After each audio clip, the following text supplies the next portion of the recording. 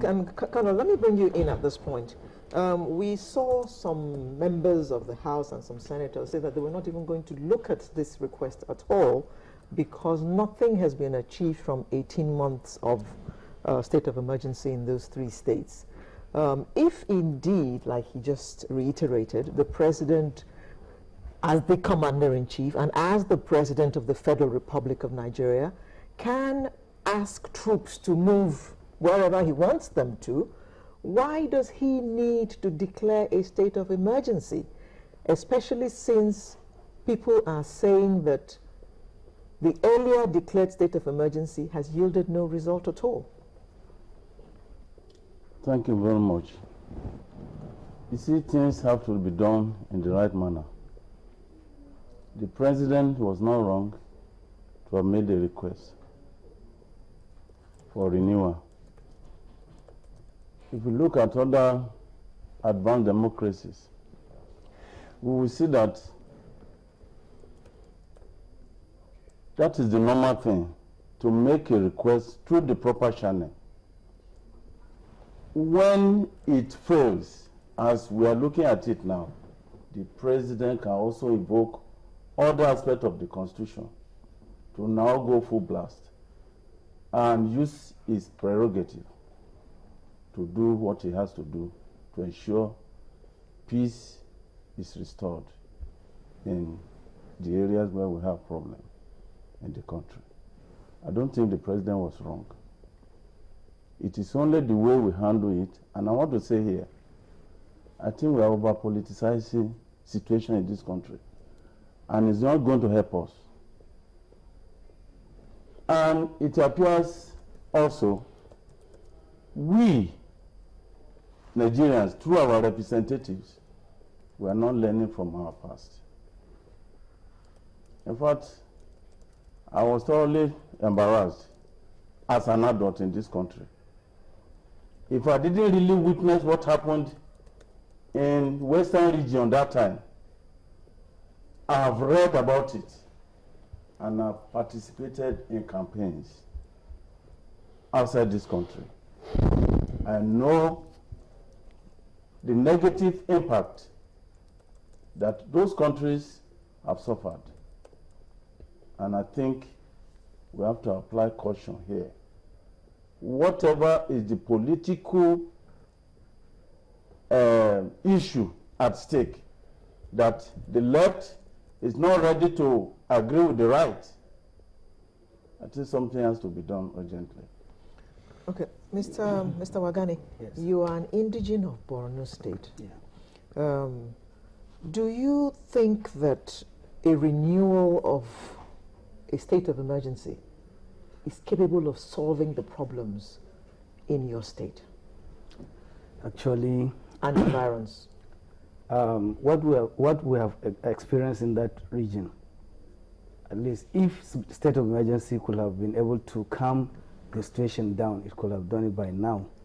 All Nigerians have witnessed what happened in that sector of the country.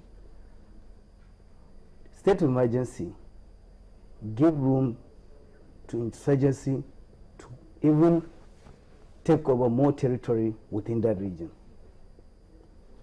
You see, everybody has his different kind of view in looking at this aspect of state of emergency. The state of emergency have taken so many strategies in countering this terrorism in that area, but it has not yielded any kind of good result. One, if you're with me, there is about 300 checkpoints within the northeast region, and still yet the insurgency got their way and do whatever they want to do with the presence of the state. They're still able to move around freely. Freely with the emergence of the state of emergency. In fact, let me draw back your attention to 2009 when this thing started. At that point, we know ourselves, we know our children, we know some of the members of the Boko Haram. When they killed Mohammed Yusuf,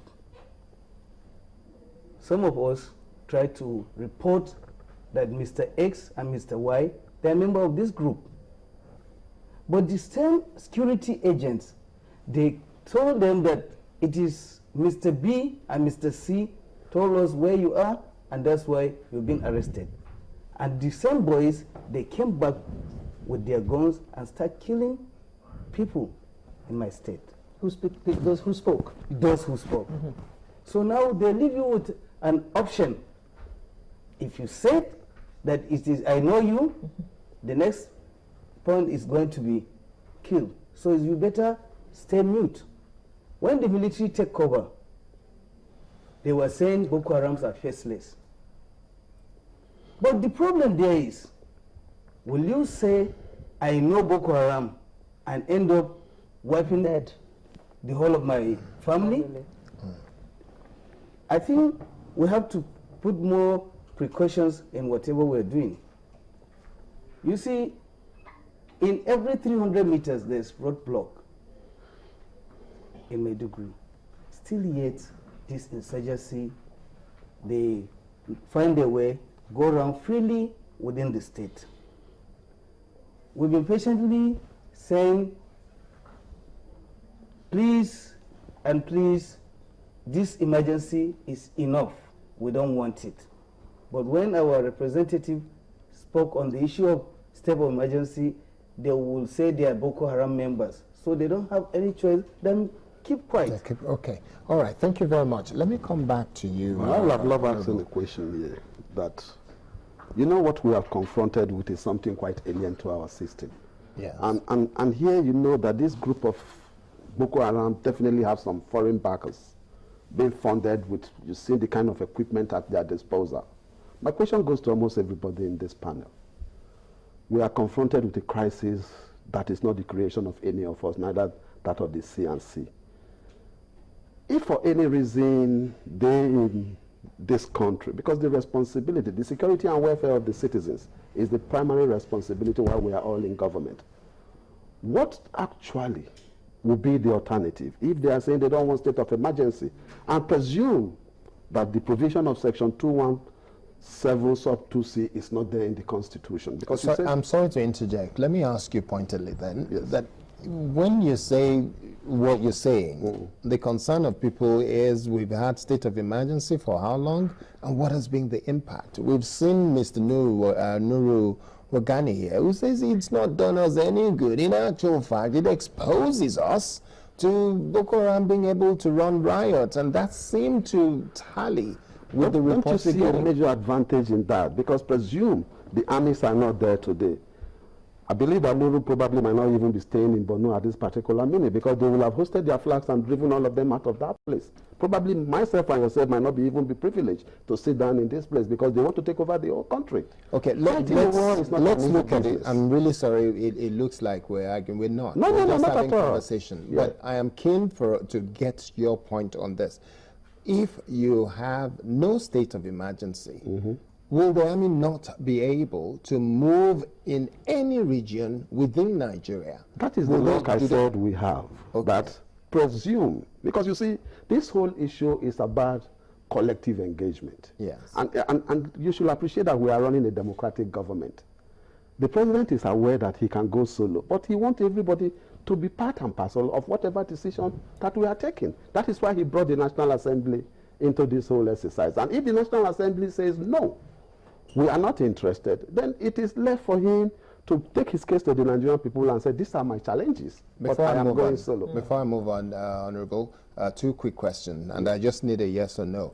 Would you say that this issue is now a partisan issue for political parties? Definitely. And would you say that you, as a PDP member, you will support an extension? I have no alternative. If you can give me an alternative to it, and I will be able to look at it. Quickly, then let me come to you, Honorable. I'll provide the alternative. Okay. And on the floor of the House, you made the case for the alternative. Yeah.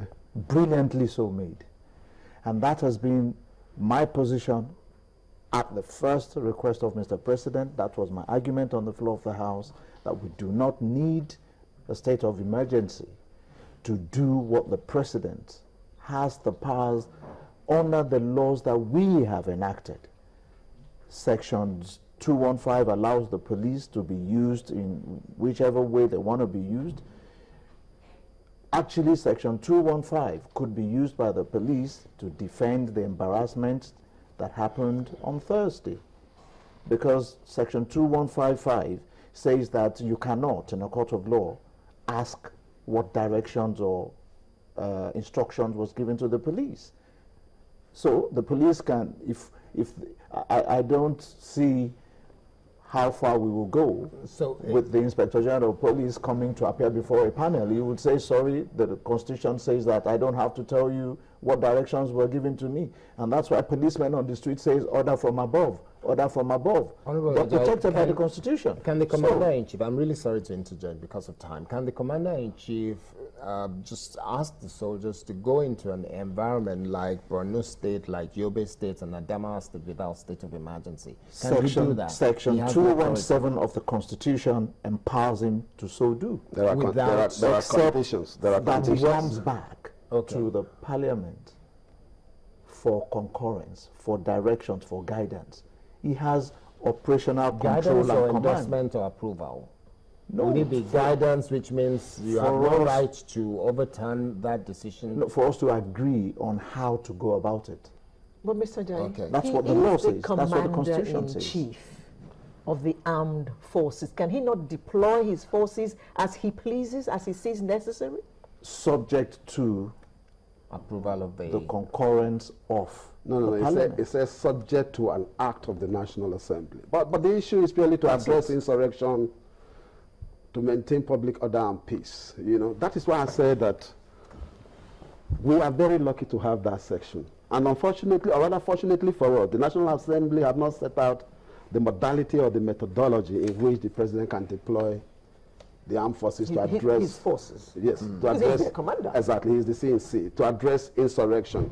So for me, I think what we even have as a state of emergency, if I really want to be very sincere, is more of the presidential powers in line with Section 217, because he has left all the democratic institutions in place. And when you look at the issue of Section 305, sub 3, C and E, he said you need to use that power for extraordinary decisions. And when you say extraordinary decision, it borders on interpretation. But as a Democrat, you've seen clearly that the whole democratic institutions are still in place in Adamawa, Borno, and Yobe. So what is actually the difference? Okay. And in the issue of a state of emergency, you need 2/3 of all the members to pass it. And you know what 2/3 is? 2/3 is also the figures that you need to remove, whether a governor or even a president. So I believe that for you to have those 2/3, subject to interpretation, might need you to do something extraordinary.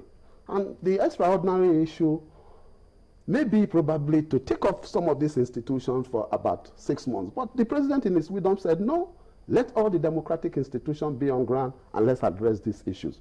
I think for me, the way I see it is the participatory aspect of it. If not really, the president doesn't need the National Assembly to carry out that responsibility. But he wants to get everybody involved. So now that we have said we don't want it, we should go.